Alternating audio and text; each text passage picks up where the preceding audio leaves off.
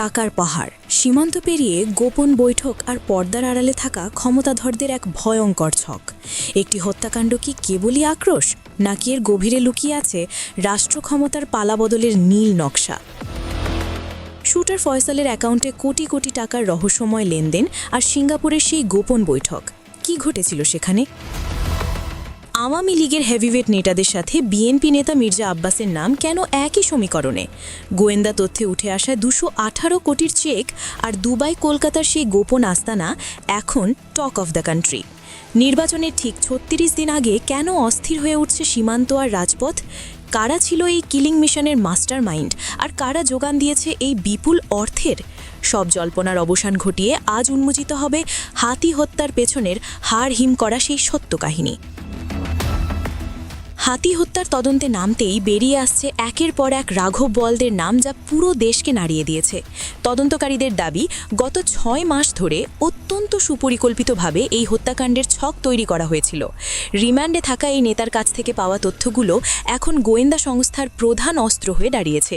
প্রাথমিক জিজ্ঞাসাবাদে বেরিয়ে এসেছে এক অদ্ভুত লুকোচুরির গল্প, যেখানে প্রশাসন আর রাজনীতি মিলেমিশে একাকার। কেবল একজন শুটার নয়, এই মিশনের পেছনে কাজ করেছে দেশি ও বিদেশি একাধিক প্রভাবশালী সিন্ডিকেট। এখন প্রশ্ন উঠছে, বিরোধী শিবিরের নেতার সাথে প্রশাসনের ভেতরের কারো কোনো গোপন সমঝোতা ছিল কিনা? গোয়েন্দা তথ্যের সবচেয়ে চমকপ্রদ অধ্যায়টি শুরু হয় গত জুলাই মাসের 21 তারিখে সিঙ্গাপুরের একটি হোটেল থেকে। শুটার ফয়সাল সিঙ্গাপুর গিয়ে মালয়েশিয়া সীমান্তের কাছে 4 জন প্রভাবশালী নেতার সাথে রুদ্ধদ্বার বৈঠক করে। সেই বৈঠকে উপস্থিত ছিলেন পলাতক আওয়ামী লীগ নেতা জাহাঙ্গীর কবির নানক এবং সাবেক এমপি ইলিয়াস মোল্লা। যুবলীগ নেতা তাইজুল ইসলাম বাপ্পিও সেই আসরে যোগ দিয়ে কিলিং মিশনের চূড়ান্ত ছক অনুমোদন করেন।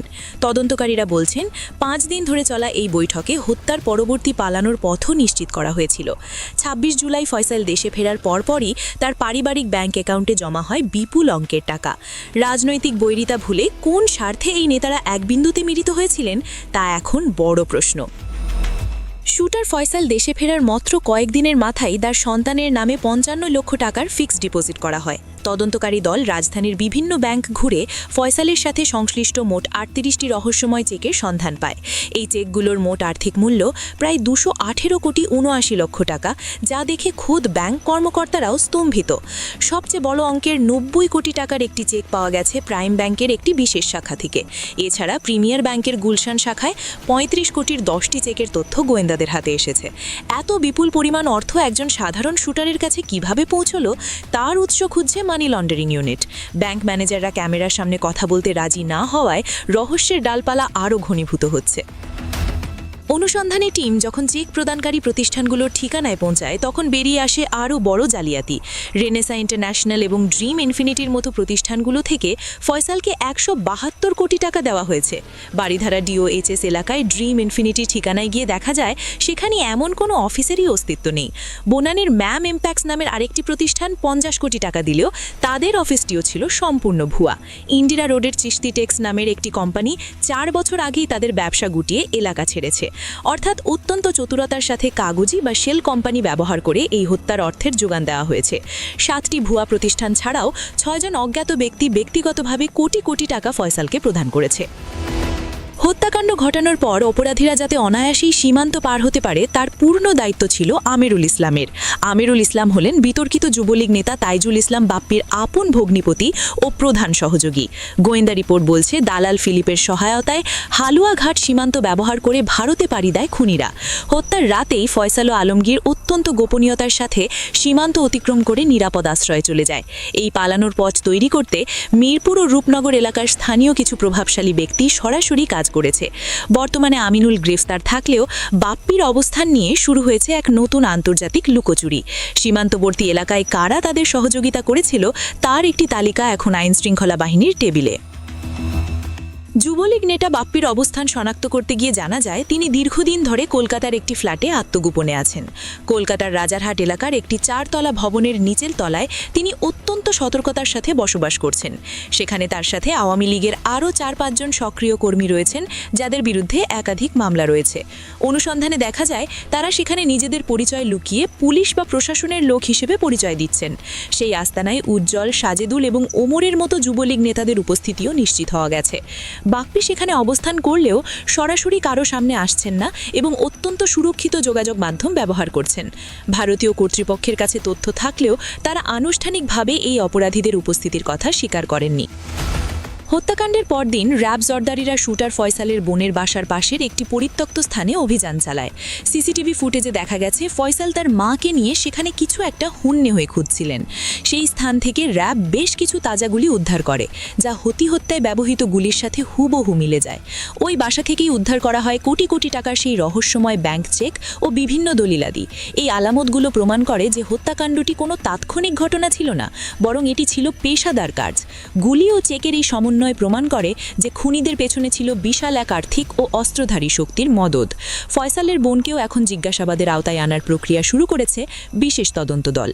মিরপুর ও রূপনগর এলাকায় বাপ্পি ছিলেন সাবেক এমপি ইলিয়াস মোল্লার অত্যন্ত ঘনিষ্ঠ ও বিশ্বস্ত সহচর। তারই নির্দেশে ওই এলাকায় যুবলীগের সকল গোপন অপারেশন ও টেন্ডারবাজি নিয়ন্ত্রিত হতো বলে অভিযোগ রয়েছে।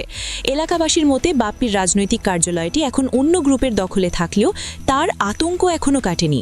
তার ছোট ভাই নিশ্চিত করেছেন যে বাপ্পি সর্বশেষ দুবাইয়ে ছিলেন এবং বর্তমানে তিনি ধরাছোঁয়ার বাইরে। আওয়ামী দুঃশাসনের সময় বাপ্পি এলাকায় যে ত্রাসের রাজত্ব কায়েম করেছিল তারই অংশ ছিল এই হত্যাকাণ্ড। তদন্তকারীরা মনে করছেন বাপ্পি গ্রেফতার হলে এই হত্যার পেছনের আসল মোটিভ পানির মতো পরিষ্কার হয়ে যাবে। তাকে দেশে ফেরানোর জন্য ইন্টারপোলের সাহায্য নেওয়ার কথা ভাবছে অন্তর্বর্তীকালীন সরকার। 218 কোটি টাকার এই বিশাল লেনদেন এখন সিআইডির মানি লন্ডারিং ইউনিটের প্রধান মাথা ব্যথার কারণ। সিআইডি প্রধান জানিয়েছেন, এই বিপুল পরিমাণ অর্থ কেবল একজন ব্যক্তিকে হত্যার জন্য দেওয়া হয়নি। এর পেছনে আরও বড় কোনো নাশকতামূলক পরিকল্পনা বা রাষ্ট্রবিরোধী মিশন ছিল কিনা তা খতিয়ে দেখা হচ্ছে। ইস্যু করা চেকগুলোর দাতা ও গ্রাহিতার মধ্যে সম্পর্ক এবং অর্থের প্রকৃত উৎস উন্মোচন করা হবে। ইতোমধ্যেই 11টি ব্যাংকের সংশ্লিষ্ট হিসাবগুলো ফ্রিজ করার জন্য বাংলাদেশ ব্যাংককে চিঠি দেওয়া হয়েছে। যে কোনো সাধারণ অপরাধীর পক্ষে এত বড় অঙ্কের লেনদেন করা অসম্ভব বলে মনে করছেন বিশেষজ্ঞরা। এই অর্থের সাথে বিদেশের কোনো গোপন লবির সংযোগ আছে কিনা সেটিও এখন তদন্তের মূল বিষয়। হাতি হত্যা মামলাটি এখন কেবল একটি সাধারণ অপরাধ নয়, এটি এখন রাজনৈতিক দাবার গুটি।